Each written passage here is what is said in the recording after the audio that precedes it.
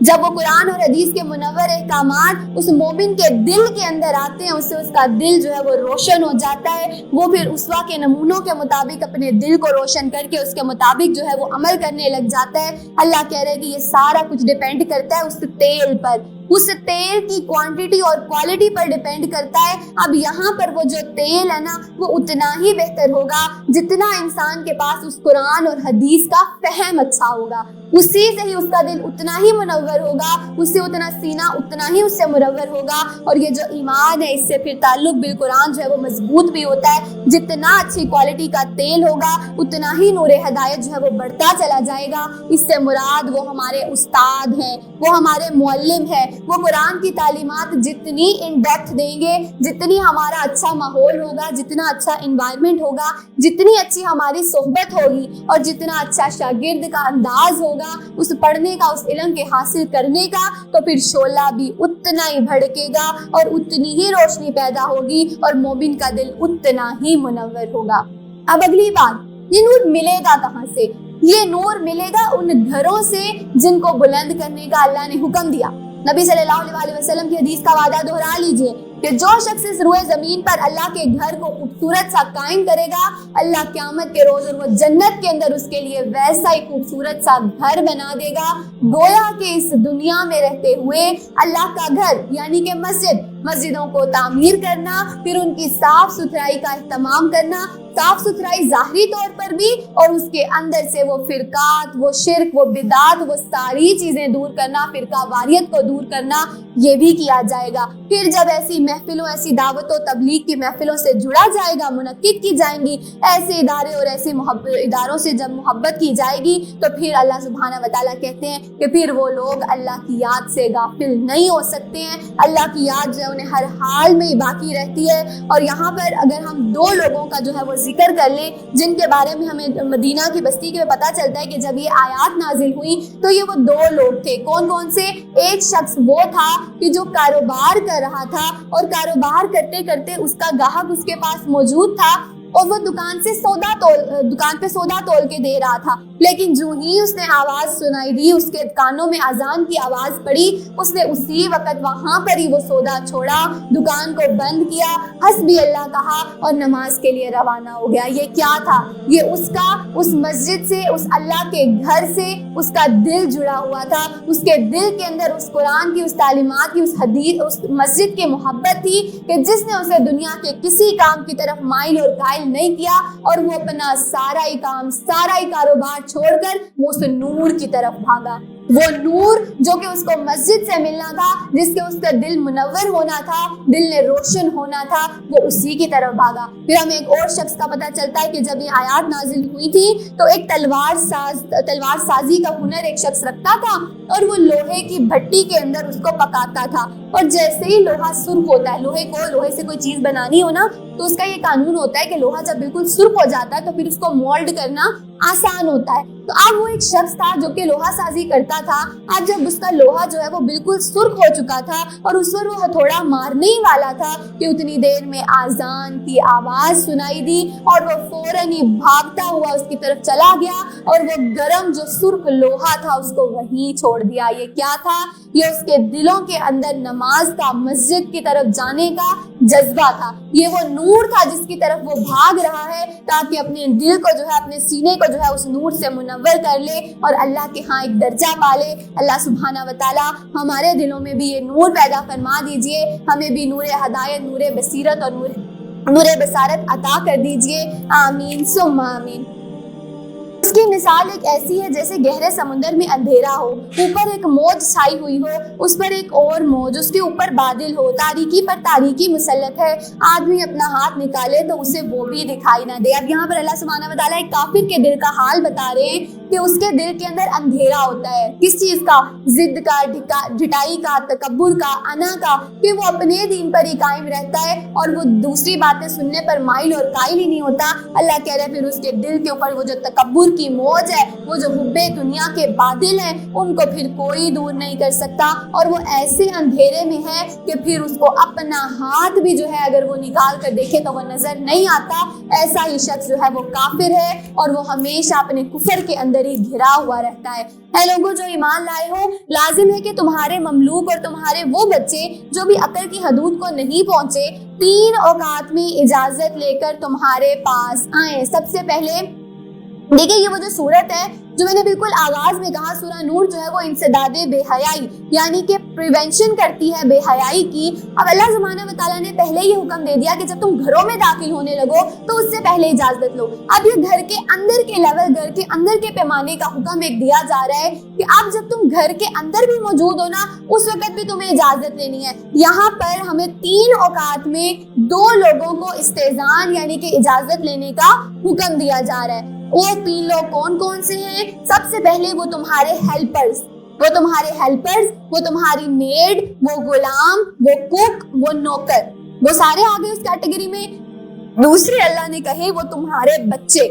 وہ بچے جو ابھی بلوغ کو نہیں پہنچے، وہ بالغ نہیں ہوئے۔ یہ وہ 2 لوگ ہیں جن کو 3 اوقات میں آنے سے منع کیا جا رہا ہے۔ وہ 3 اوقات کون کون سے ہیں؟ اس کے اندر ہمیں پتہ چلتا ہے کہ سب سے پہلے وہ فجر سے پہلے کا وقت یعنی کہ رات کا وقت، سحری کا وقت، وہ اس وقت کے اندر بھی ان کو پاس آنے سے پہلے وہ اجازت طلب کریں گے۔ اور پھر وہ دوپہر کا وقت، وہ کیلولا کا وقت جو کہ نیپ کا آرام کا وقت ہوتا ہے اس وقت میں، اور پھر وہ رات عشاء کے بعد کا وقت۔ یہ وہ 3 اوقات ہیں جس کے اندر 2 لوگوں کو کہا جا رہا ہے کہ وہ آنے سے پہلے اجازت طلب کریں گے۔ اب بیسیکلی اس کے پیچھے کی حکمت کیا ہے، اس کے پیچھے کا مقصد کیا ہے، وجہ کیا ہے؟ وہ یہ ہے کہ اللہ سبحانہ و تعالیٰ ازواج کے پردے کو انشور کروانا چاہ رہے ہیں۔ ازواج کے جو معاملات ہیں ان کو اللہ سبحانہ و تعالیٰ سیکیور کرنا چاہ رہے ہیں کہ ہو سکتا ہے کہ وہ سوتے وقت اپنے اس اٹائر کے اندر ہو، اپنے اس نائٹ کلوتھس کے اندر ہو جن کا دیکھنا جو ہے وہ ازواج کے علاوہ کسی اور کے لیے جائز نہیں ہے۔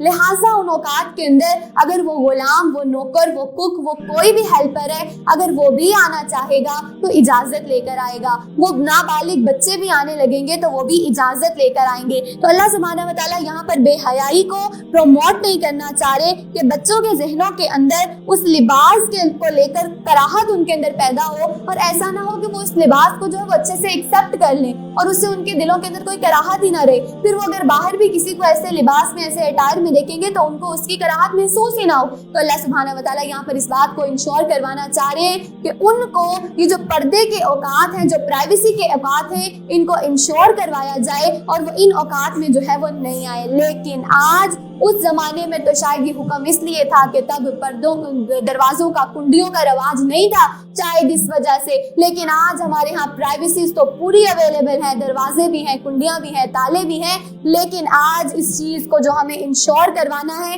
وہ اس حوالے سے کروانا ہے کہ وہ بچے جو ہیں تو ابھی نابالغ یا بالغ، لیکن ان کے ہاتھوں میں وہ ٹیبز پکڑا دیے گئے، وہ اتنی بڑی بڑی LED اسکرینز جو ہیں وہ ہمارے صحنوں میں لگا دی گئی، اور وہ ساری چیزیں جن کی پروٹیکشن اللہ سبحانہ و تعالیٰ انشور کرنا چاہ رہے تھے کہ وہ بچوں کی نظر اس پہ نہ پڑے، وہ ایک ہی کلک کے اندر ان کے سامنے سب کچھ آ جاتا ہے، اور وہ ساری وہ بے حیائی اور فحاشی دیکھ لیتے ہیں جس کو اللہ سبحانہ و تعالیٰ انشور کروانا چاہ رہے تھے۔ تو یہاں پر آج کے مطابق ہمیں اس چیز پر کنٹرول کرنے کی ضرورت ہے، وہ جو ہماری سکرینز ہیں، وہ جو ٹیبز ہیں، ان پر بچوں کی پہنچ کس حد تک ہے، اس بات کو انشور کروانے کی ضرورت ہے، تاکہ اللہ سبحانہ و تعالیٰ جو کہہ رہے ہیں نا کہ ان سے اس جو ازواج کا جو تعلق ہے، جو ان کے درمیان کی پرائیویسی ہے، وہ صرف انہی تک رہے، اور ایسا نہ ہو کہ جس چیز کا دیکھنا ابھی ان کے لیے جائز نہیں ہے، ان کو اس کی ضرورت نہیں ہے، تو ایسا نہ ہو کہ وہ اس کی طرف مائل اور تائل ہو جائے۔ لیکن آج بچے ہمارے خود کے اپنے ہاتھوں سے تباہ ہو رہے ہیں۔ اللہ سبحانہ و تعالیٰ ہم انہیں تباہ ہونے سے بچا لے اور ان کو نیک اور سیدھی راہ پر چلنا ان کے لیے آسان کر دے، اور ہمیں بھی اس کی توفیق دے۔